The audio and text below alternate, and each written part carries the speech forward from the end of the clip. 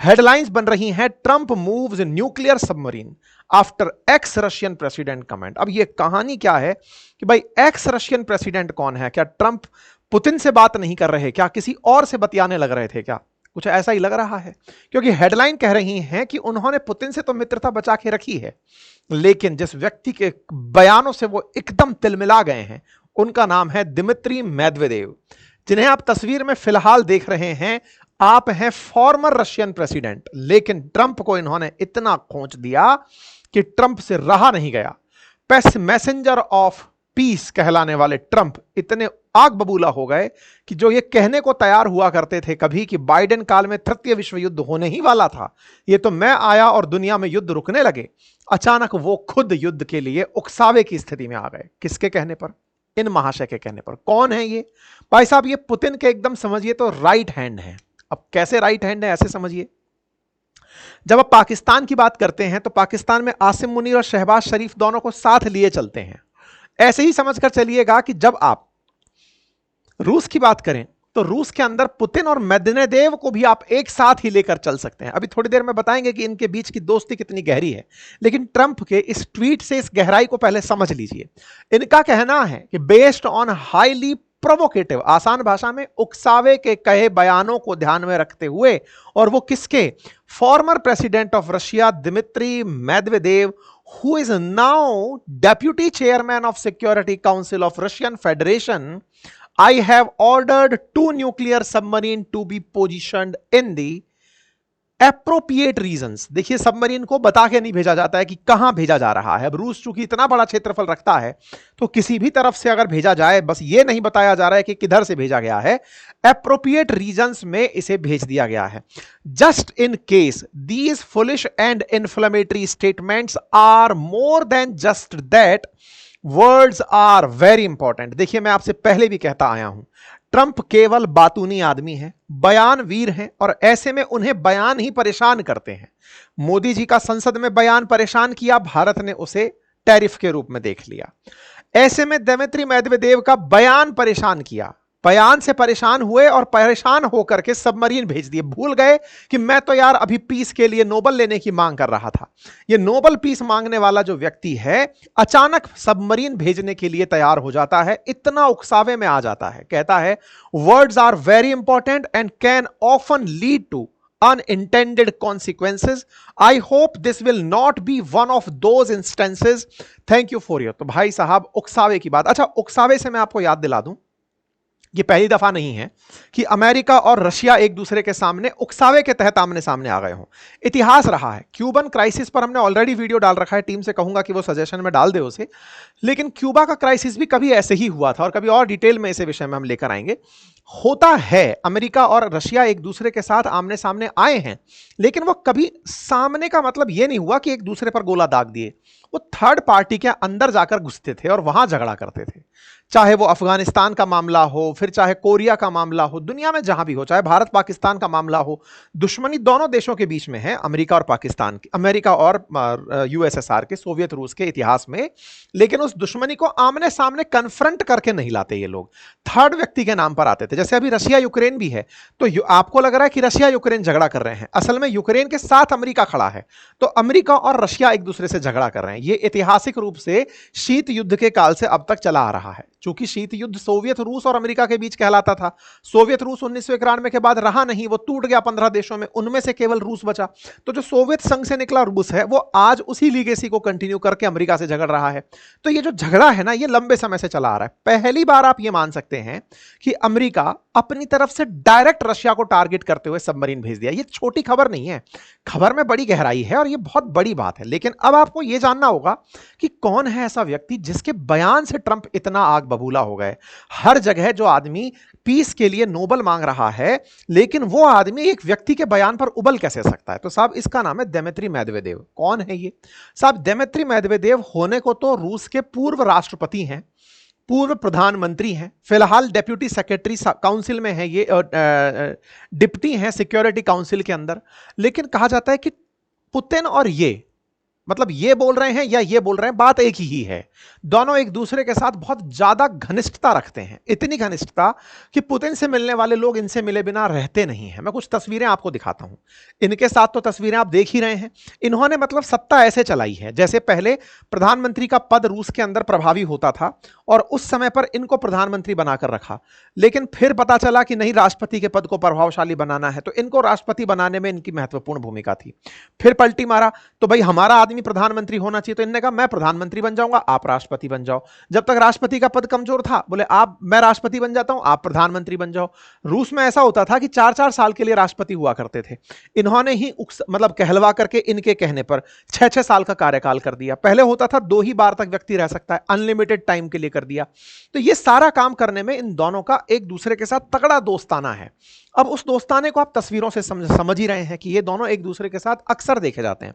और अंतरराष्ट्रीय मंचों पर जब रूस के साथ कोई वार्ता हो रही हो तो प्रमुख नेताओं के साथ आप दिमित्री मेदवेदेव को ऐतिहासिक रूप से देखते आए होंगे, और नहीं तो मैं तस्वीरों में दिखा देता हूं। शी जिनपिंग के साथ आप दिखाई दे रहे हैं, आप मतलब ये वियतनाम के अंदर जो वियतनाम के राष्ट्राध्यक्ष हैं उनके साथ आप इन्हें देख रहे हैं। ऐसे ही ओबामा के साथ आप मेदवेदेव को लंच टेबल पर बैठे देख रहे हैं। मतलब एक तरह से आप ये समझिए कि ये बहुत सी जगह, प्रधानमंत्री नरेंद्र मोदी के साथ आप इन्हें देख सकते हैं। मतलब 2014 में प्रधानमंत्री नरेंद्र मोदी और इनकी मुलाकात की तस्वीर बाकायदा गवर्नमेंट ऑफ रशिया ने साझा की थी। मतलब ये वो व्यक्ति है जिसको रूस में बड़ी इज्जत, और मतलब एक तरह से कहा जाए तो ये वो व्यक्ति है जिसे पुतिन के बाद अगर रूस में कोई पहचाना जाता है तो वो ये है। ठीक है, मतलब ग्लोबली जिसको रिकॉग्नाइज किया जाता है। आप में से कुछ लोग कहेंगे कि नहीं सर, उनके विदेश मंत्री हैं। विदेश मंत्री आधिकारिक पद पर विदेश मंत्री हैं, सर्गेई लेवरोव जो हैं, लेकिन उसके अलावा इन्हें जिस तरह से माना जाता है, कहा जाता है पुतिन के समकक्ष हैं ये। पुतिन इनके साथ शैडो चलते हैं, मतलब इनको ये कभी कभी कभी वो इनको, तो एक दूसरे को साथ लिए चलते रहते हैं। ठीक है, ये एक तस्वीर 2017 की है जिसमें दिमित्री मेदवेदेव आपको ट्रंप के साथ, ट्रंप के पुराने कार्यकाल में दिखाई दे रहे हैं। मतलब आप इस तस्वीर से अंदाजा लगा सकते हैं कि ये आदमी छोटा आदमी नहीं है। ठीक है, इनका ट्विटर ज्वाइन करना ट्विटर वालों के लिए एक बड़ी खबर था जब इन्होंने ट्विटर पहली बार ज्वाइन किया था। ठीक है, ये 2010 की खबर है जब इन्होंने ट्विटर ज्वाइन किया था। तो ऐसे में रशियन मेदवेदेव पुतिन को लगातार सपोर्ट करते आए हैं, यही इनका पूरा प्रोफाइल है। आपका अगर कार्यकाल दिखाया जाए तो आप 2000 से लेकर 2008 से लेकर 12 तक आप रूस के राष्ट्रपति रह चुके हैं। जब आप रूस के राष्ट्रपति थे उससे पहले पुतिन थे और उसके बाद पुतिन थे, तो ये सीटें एक्सचेंज करते थे। पुतिन 8 साल तक रहे, 8 साल के बाद बन नहीं सकते थे तो इनको बनाया। इन्होंने आकर कहा कि अगला जो राष्ट्रपति बनेगा वो 6 साल के लिए बनेगा और अनलिमिटेड काल के लिए बनेगा, तो इन्होंने ही इनके लिए राह प्रशस्त की थी। तब से लेकर पुतिन अब तक सत्ता में बने हुए हैं। ठीक है, मतलब मेदवेदेव ही पुतिन को 6 साल का राष्ट्रपति का जो कार्यकाल है वो दिलवाने वाले व्यक्ति रहे और खुद उस समय प्रधानमंत्री बनकर बैठ गए। तो इस तरह से दोनों के बीच की केमिस्ट्री आप समझ सकते हैं। अब सवाल आता है कि साहब इतनी सारी बातें हो गई तो अल्टीमेटली अब कलेश है क्या, जिसके चलते ट्रंप को यह लिखना पड़ गया कि मैं दिमित्री मेदवेदेव की बात से उकसावा मानते हुए अपनी तरफ से सबमरीन भेज रहा हूं रशिया के अंदर, रशिया के आसपास के क्षेत्रों में बिना बताए। और आपको थोड़े दिन पहले अगर याद हो तो इन्होंने रशिया और इंडिया को साथ में लेते हुए कहा था कि ये दोनों डेड इकोनॉमी हैं और डेड होने के लिए इंडिया और रशिया जो है एक साथ घुस रहे हैं। इस बात पर भी मेदवेदेव ने इनकी चुटकी ले ली थी। अब मेदवेदेव की ताजा बात बताता हूं जिससे कि ट्रंप भड़के हुए हैं। हुआ ये 28 तारीख का ट्वीट है जिसमें कि ये मेदवेदेव लिखते हैं कि Trump playing the ultimate game with Russia 50 days 10 days he should remember 2 things। देखो आपको याद हो तो पुतिन कभी भी सार्वजनिक रूप से ऐसे बयान नहीं देते जो कि, या फिर ये कहिए कि सुर्खियों में बने रहने के लिए बयान नहीं देते। वो बयान देते हैं तो वो एब्सोल्यूट स्टेटमेंट होता है, दे दिया अब ये छप गया, माना जाएगा कि यही फाइनल था। लेकिन एक आदमी ऐसा भी तो होना चाहिए ना जो कि माहौल को बनाकर रखे। तो ट्रंप की तरह ही रूस ने इन दिनों मेदवेदेव को छोड़ा हुआ है कि उधर से वो डायलॉग मारते हैं, इधर से तुम मार दो। तो मेदवेदेव का डायलॉग था कि 2 बातें ऐसी हैं, ही शुड रिमेंबर 2 things। किसके बारे में बोला जा रहा है? ट्रंप के बारे में, कि वो 2 बातें याद रखें। पहला कि रशिया कोई इजराइल नहीं है और ना ही वो ईरान है। ये बात कब बोल रहे हैं? ये 28 तारीख को। ऐसा क्यों? क्योंकि आपको याद होगा कि ट्रंप लगातार रूस को कह रहे हैं कि आपको इतने दिन में शांति कर लेनी चाहिए, आपको इतने समय का अल्टीमेटम दिया जा रहा है, आपको रुक जाना चाहिए, अदरवाइज मैं ये कर दूंगा, अदरवाइज मैं आपके साथ बुरा कर दूंगा।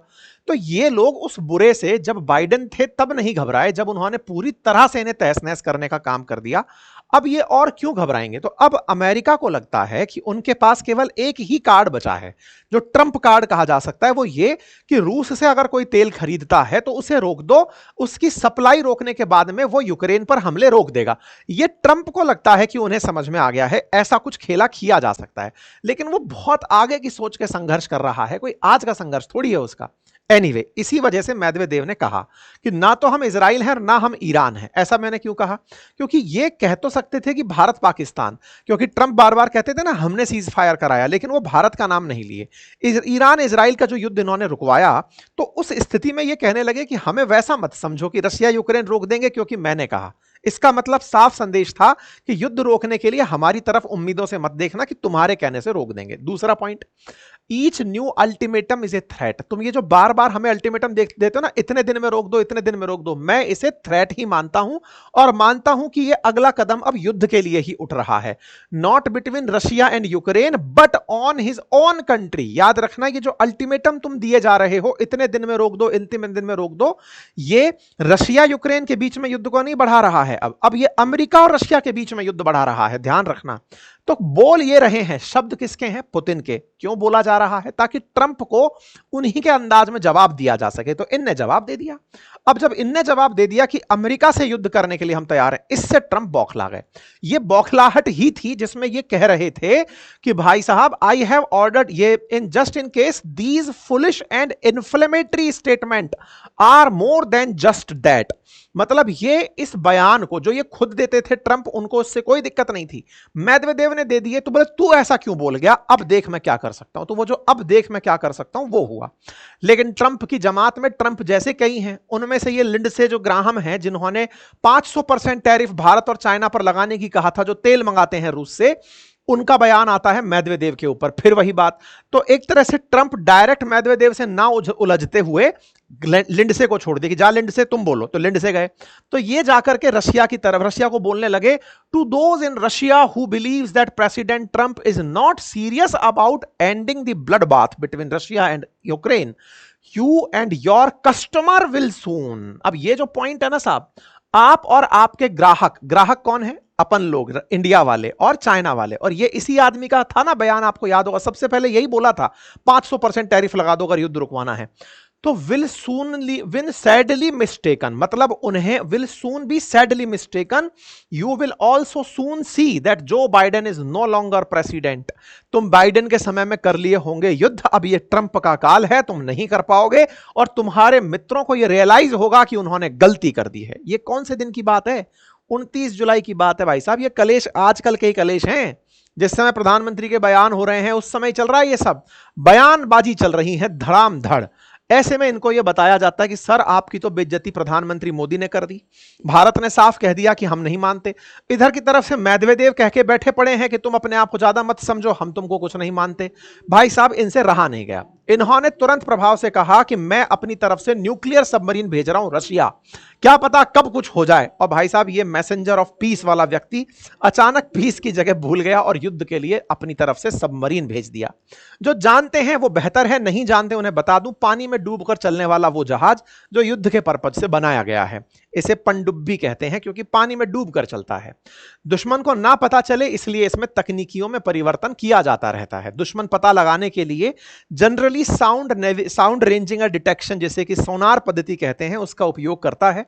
लेकिन सोनार का भी पता तभी होता है जब साउंड वेव्स भेजी जाएं और वो टकराकर वापस लौट कर आएं। लेकिन ये आभास पूर्वाभास ना हो, इसलिए सबमरीन को बिल्कुल साइलेंट बनाने का प्रयास किया जाता है, क्योंकि पानी में इतना गहराई से डूबकर चलती है कि आपको ऊपर से पता नहीं चलता कि नीचे से कोई जहाज निकल गया। ये जो नीचे से अंडरग्राउंड होकर निकलने वाली जो इसकी अद्भुत कला है, ये कई तरह से पहचानी जाती है। पहचानी से मतलब अगर मान लीजिए कि इसमें डीजल इंजन लगा है तो बुलबुले ऊपर की तरफ निकलते रहेंगे, तो बुलबुलों से अंदाजा लग सकता है। इसलिए उसके स्थान पर डीजल के बाद इलेक्ट्रिक प्रकार की सबमरीन प्लान की गई ताकि डीजल से चले, इलेक्ट्रिक इंजन को मतलब बैटरीज को चार्ज कर ले और जब उसको अंडरग्राउंड होना हो तो वो बैटरी से, क्योंकि बैटरी पॉल्यूशन के बिना चलेगी, बिना गैस निकाले चलेगी, तो वो अंडरग्राउंड साइलेंटली निकल जाएगा। लेकिन बैटरी से चलने वाली सबमरीन बहुत देर तक अंडरग्राउंड रह नहीं सकती, उसे फिर डीजल इंजन ऑन करना पड़ेगा और जैसे करेगा फिर बुलबुले दिखेंगे। तो डीजल से इलेक्ट्रिक अपने आप में एक उन्नत तकनीक थी। उसके बाद तकनीकियों में परिवर्तन हुआ और फिर न्यूक्लियर रिएक्टर से चलने वाली सबमरीन्स आई, जिनमें कोई पॉल्यूशन गैस के रूप में नहीं था। जब गैस के रूप में नहीं था तो ये साइलेंटली चलने की स्थिति में हुआ करती थी और दुनिया में होड़ मच गई न्यूक्लियर सबमरीन बनाने की। अब दो बातें हैं, न्यूक्लियर सबमरीन और nuclear capable submarine. Nuclear submarine बोले तो जो चलने में न्यूक्लियर रिएक्टर की ऊर्जा का उपयोग करे, और न्यूक्लियर कैपेबल का मतलब है कि भले ही वो चलने वाली डीजल सबमरीन हो या डीजल इलेक्ट्रिक हो, लेकिन न्यूक्लियर बम फेंक सके। तो ये बात जो बम फेंकने की है ये तो किसी में भी हो सकती है, मतलब वो कैपेबिलिटीज है, विकसित की जा सकती हैं। लेकिन रिएक्टर से चलने वाली सबमरीन बनाना ये अपने आप में एक उन्नत तकनीक मानी जाती है। कहा जाता है कि ये फिर स्टेल्थ प्रकार की हो गई कि आप पकड़ नहीं सकते इसे, ठीक है। तो इन्होंने अपनी तरफ से न्यूक्लियर सबमरीन भेजी है, अर्थात जो पकड़ में ना आ सके वो सबमरीन भेजी है। तो उम्मीद है आपको टाइप ऑफ सबमरीन बेसिक तरीके से, फिर हथियार फेंकने के आधार पर कि यहां से निकला हथियार घूमकर जाता है या सीधा जाके मारता है, तो क्रूज है या बैलिस्टिक है, इस तरह से यहां से चीजें निकलकर आती हैं। बात सबमरीन की हो तो अमेरिका के पास कुल 71 सबमरीन रिपोर्टेड हैं। उनमें से 14 जो है वो बैलिस्टिक मिसाइल यानी कि फेंकेंगी तो मिसाइल पैराबोलिक पाथ में जाकर के अटैक करेंगे, और 53 जो है ना वो न्यूक्लियर संचालित यानी जिसको मैंने कहा न्यूक्लियर रिएक्टर से जो चल रही हैं वो पनडुब्बियां हैं, और 4 गाइडेड मिसाइल पनडुब्बियां इनके पास शामिल हैं। अमेरिकी पनडुब्बियों की कई क्लास हैं, ओईओ, ये हालांकि आपको जानने का फिलहाल तो वक्त वो नहीं है, लेकिन जान लीजिए 4 टाइप की इनके पास सबमरीन होती हैं। इनका कंटेंट आपको हमारी वेबसाइट अंकिtinspireindia.com पर और अपनी पाठशाला.com पर मिल जाता है, ठीक है। अच्छा, अब क्या बात आती है कि साहब रशिया के पास क्या हाल है। रशिया के पास जैसे इनके पास 71 है तो इनके पास 64 सबमरीन हैं इस समय सर्विस में, और इनके पास न्यूक्लियर पावर्ड सबमरीन्स में 14 सबमरीन्स ऐसी हैं जो न्यूक्लियर पावर्ड हैं, और 11 वो हैं जो क्रूज मिसाइल चला सकती हैं और न्यूक्लियर पावर्ड हैं। मतलब टेक्नोलॉजी में कहीं रूस पीछे नहीं है। अब सवाल यह आता है कि रूस के पास भी तकनीकी है और अमेरिका के पास भी तकनीकी है, दोनों ही परमाणु शक्ति संपन्न और दुनिया में सबसे ज्यादा परमाणु हथियार रखने वाले देश हैं। ऐसे में दोनों का आमना सामना यह होना केवल ध्यान बटाने की कला है या फिर ट्रंप सद्बुद्धि खो चुके हैं। क्यों ऐसा कहा जा रहा है? क्योंकि यह सबको पता है कि यदि इन दो देशों के बीच में युद्ध होता है तो कुछ बचेगा नहीं। लगभग 5000 के आसपास अमेरिका और उतने ही लगभग रूस न्यूक्लियर बम लेकर बैठा है। अगर फेंकने पर आए तो दोनों देश छलनी कर देंगे। ऐसे में दिक्कत यह है कि यह केवल ध्यान बटाना ज्यादा लग रहा है। युद्ध करने की स्थिति में ना तो रूस है और ना ही अमेरिका। उन्हें पता है कि हम दोनों एक दूसरे पर न्यूक्लियर बम नहीं फेंक सकते, और जब नहीं फेंक सकते तो बेहतर है कि हम शांति से रहें और यह मानकर चलें कि भाई धमका लिया, दुनिया का ध्यान बटा लिया। अब आपके दिमाग में आएगा कि ध्यान बटाने की बात आई कहां से, हुआ क्या? अभी 2 दिन पहले अगर आपको ध्यान हो, हालांकि हमने इसके ऊपर ट्वीट किया था, आप हमें ट्विटर पे फॉलो कर सकते हैं, अंकित कुमार अवस्थी वेरीफाइड अकाउंट है हमारा। वहां पर हमने बताया था कि जापान के तट के नजदीक प्रशांत महासागर में, जहां पर पैसिफिक रिंग ऑफ फायर बनती है, जहां पर अर्थक्वेक बहुत आते हैं, अर्थक्वेक वाली जगह पर समुद्र में तूफान आया है। अर्थक्वेक जब समुद्र के अंदर आता है तो उसे सुनामी जनरेट होती है, यानी समुद्र की लहरें बहुत तेजी से तटों पर जाकर टकराती हैं। इतनी तेज टकराती हैं कि कई बार तो उनसे पूरा पूरा शहर तबाह हो जाता है, जैसे जापान के साथ हुआ था जब जापान में सुनामी आई। तो इस बार थोड़े दिन पहले, 2 दिन पहले ही ऐसा हुआ कि समुद्र के अंदर सुनामी का अलर्ट आया, और सुनामी के अलर्ट से कहा गया कि जो सबमरीन रशिया के अंदर पैसिफिक ओशन के तट पर खड़ी थी उनको बड़ा नुकसान हुआ। तो एक तो तात्कालिक कारण यह बताया जा रहा है कि इनकी सबमरीन को नुकसान हुआ है, इसलिए अमेरिका अपनी तरफ से सबमरीन भेजकर इन्हें डरा रहा है। यह रिपोर्टेड है, इसका कोई तर्क नहीं है, कोई देश अपनी हालत खराब नहीं बताता है, ठीक है। रशियन सबमरीन खराब हुई नहीं हुई ये न्यूज में आने लगा, इसका कोई तर्क अभी तक निकलकर नहीं आया है। कहा जा रहा है कि इन्होंने जो कामचटका के आसपास वाला एरिया था वहां पर सबमरीन को नुकसान हुआ है। एक तो कारण यह बताया जा रहा है। दूसरा कारण क्या है? असल में हो क्या रहा है ना, ट्रंप धीरे धीरे अपने देश में लोकप्रियता में कम होते जा रहे हैं। लोकप्रियता कम होने का बड़ा कारण है इनके रवैयों का लगातार बदलना। उससे अमेरिकियों को बड़ा नुकसान हो रहा है। जिस तरह से हमें लग रहा है कि हमारा व्यापार प्रभावित होगा अमेरिका से अगर टैरिफ हम पर लगते हैं, लेकिन उससे भी उलट एक बात यह है कि अमेरिकियों को भी तो ओवरऑल महंगा सामान खरीदना पड़ेगा। जब अमेरिकी महंगा खरीदेंगे तो अमेरिकियों के लिए तो महंगाई बढ़ेगी ही ना। दुनिया के हर देश पर आप कुछ ना कुछ टैरिफ लाद रहे हो, तो ऐसे अमेरिका को तो यह माल महंगा ही पड़ेगा। इससे अमेरिकी लोग जो हैं, या फिर इनके जो अगेंस्ट वाले जो लोग हैं, यानी डेमोक्रेट्स जो हैं, वो इनके खिलाफ हो रहे हैं। और अभी थोड़े दिन पहले इलॉन मस्क का आपको मालूम है ही, वो इनके खिलाफ हो ही चुका है, अलग पार्टी बना चुका है। तो ऐसे में इनकी लोकप्रियता का जो ग्राफ है वो धीरे धीरे गिर रहा है। तो पैसे मैसेंजर ऑफ पीस के नाम पर ये जो नोबेल प्राप्त करने का पागलपन सनक सवार किए हुए हैं, ये अब मजाक का विषय अमेरिका में भी बन रहा है। ऐसे में ये उस इमेज से लड़ना चाहते हैं कि नहीं, ये मत समझो, आवश्यक पड़ा तो हम युद्ध भी करेंगे, ठीक है। तो ये जो लिंडसे वाली जो बात है ना कि भाई ओबामा मत समझो, बाइडेन मत समझो, हम युद्ध कर सकते हैं, इस तरह से। तो ये कुछ ट्वीट्स हैं जिसमें बार बार ये कहा जा रहा है कि ये वो व्यक्ति है जो आया था ये कहने के लिए कि मैं युद्ध रुकवाऊंगा, वर्ल्ड वॉर 3 तो ओबामा बाइडेन करवाने वाले थे, आज ये खुद सबमरीन भेज रहा है। तो इनका अलग तरीके से क्रिटिसिज्म चल रहा है। खैर, इनकी बातों पर लोग अब इतना वो नहीं कर रहे हैं। अमेरिका में इनका जो अप्रूवल रेटिंग है ना यूएस के अंदर, वो धीरे धीरे गिर रहा है ट्रंप का, जिससे ये बहुत ज्यादा प्रभावित हो रहे हैं। और तीसरा जो बड़ा कारण है वो क्या है, अमेरिका में इन्होंने जिस तरह से ये टैरिफ गेम खेला, लोगों को बाहर निकालने का प्रयास किया, अपने देश से बाहर फेंका, ये सारा काम जो कर रहे थे, इससे अमेरिका के अंदर जॉब के अंदर कटौती आ गई।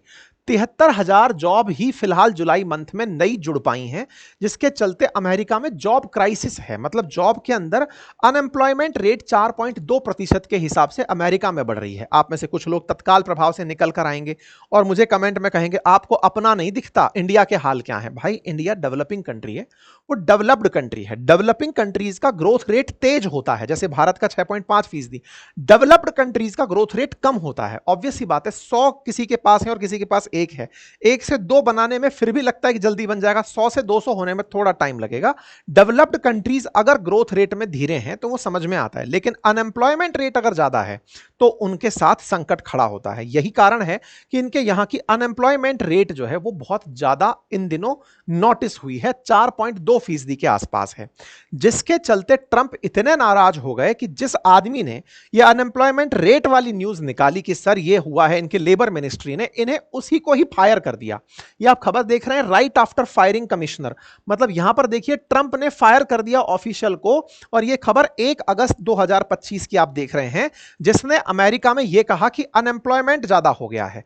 ट्रंप ने उसे नौकरी से निकाल दिया कि तुम फर्जी आदमी हो, तुम चाहते ही नहीं हो कि हम कुछ अच्छा करें, ऐसा कह के उसे नौकरी से निकाल दिया। तो एक तरह से अमेरिकी महंगाई में चल रहे हैं, अमेरिकी बाजार पिटे हुए हैं, अनएम्प्लॉयमेंट बढ़ता जा रहा है। ऐसे में ये ध्यान बटाने के लिए ये सारे काम कर रहे हैं। टैरिफ की घोषणा के बाद में इनके बाजार में फिर से $1.1 ट्रिलियन साफ हो गया। क्यों? क्योंकि फिर से टैरिफ की सूचना आते ही इनका बाजार नीचे आ गया कि अब हमारी कंपनियों का क्या होगा, वो लोग हमसे बदला लेंगे, हमारा माल नहीं बिकेगा, हमारे साथ व्यापार नहीं होगा, फिर खराब हो जाएगा। तो पूरा लाल रेड ब्लड जो है वो इनके मार्केट में आ गया। तो कुल मिलाकर के अमेरिकियों का ध्यान बटाने के लिए कि चलो मैंने सबमरीन भेज दी, अब तुम चर्चा करो कि रूस और अमेरिका लड़ेंगे तो क्या होगा। देखो, नहीं लड़ेंगे, ये केवल ध्यान बटाने वाला काम है। तो उम्मीद है कि आप लोगों को इसका ये जो स्टंट है ये समझ में आया हो कि ये केवल ध्यान बटाने के लिए, न्यूज में बने रहने के लिए किया गया प्रयास है। बाकी आप सभी क्या सोचते हैं, अपनी राय कमेंट बॉक्स में जरूर रखें। फिलहाल के लिए इतना ही। जानकारी पसंद आई हो तो साथियों से साझा करें। साथियों, हमारा एक नया चैनल अंकित इंस्पायर्स राजस्थान है, जिसे जाकर आप जरूर चेक करें। उसका लिंक कमेंट बॉक्स में पिन है। वहां पर हम राजस्थान की खबरों का विश्लेषण, राजस्थान की राजनीति में चल रही सरगर्मियों पर खुली चर्चा कर रहे हैं। आप भी पहुंचें, और अगर आप राजस्थान से हैं तो उसे अवश्य सब्सक्राइब भी करें, ताकि राजस्थान में आपकी प्रेजेंस और अपनी चर्चाएं कुछ महत्वपूर्ण इनपुट्स ला पाएं। Thank you so much.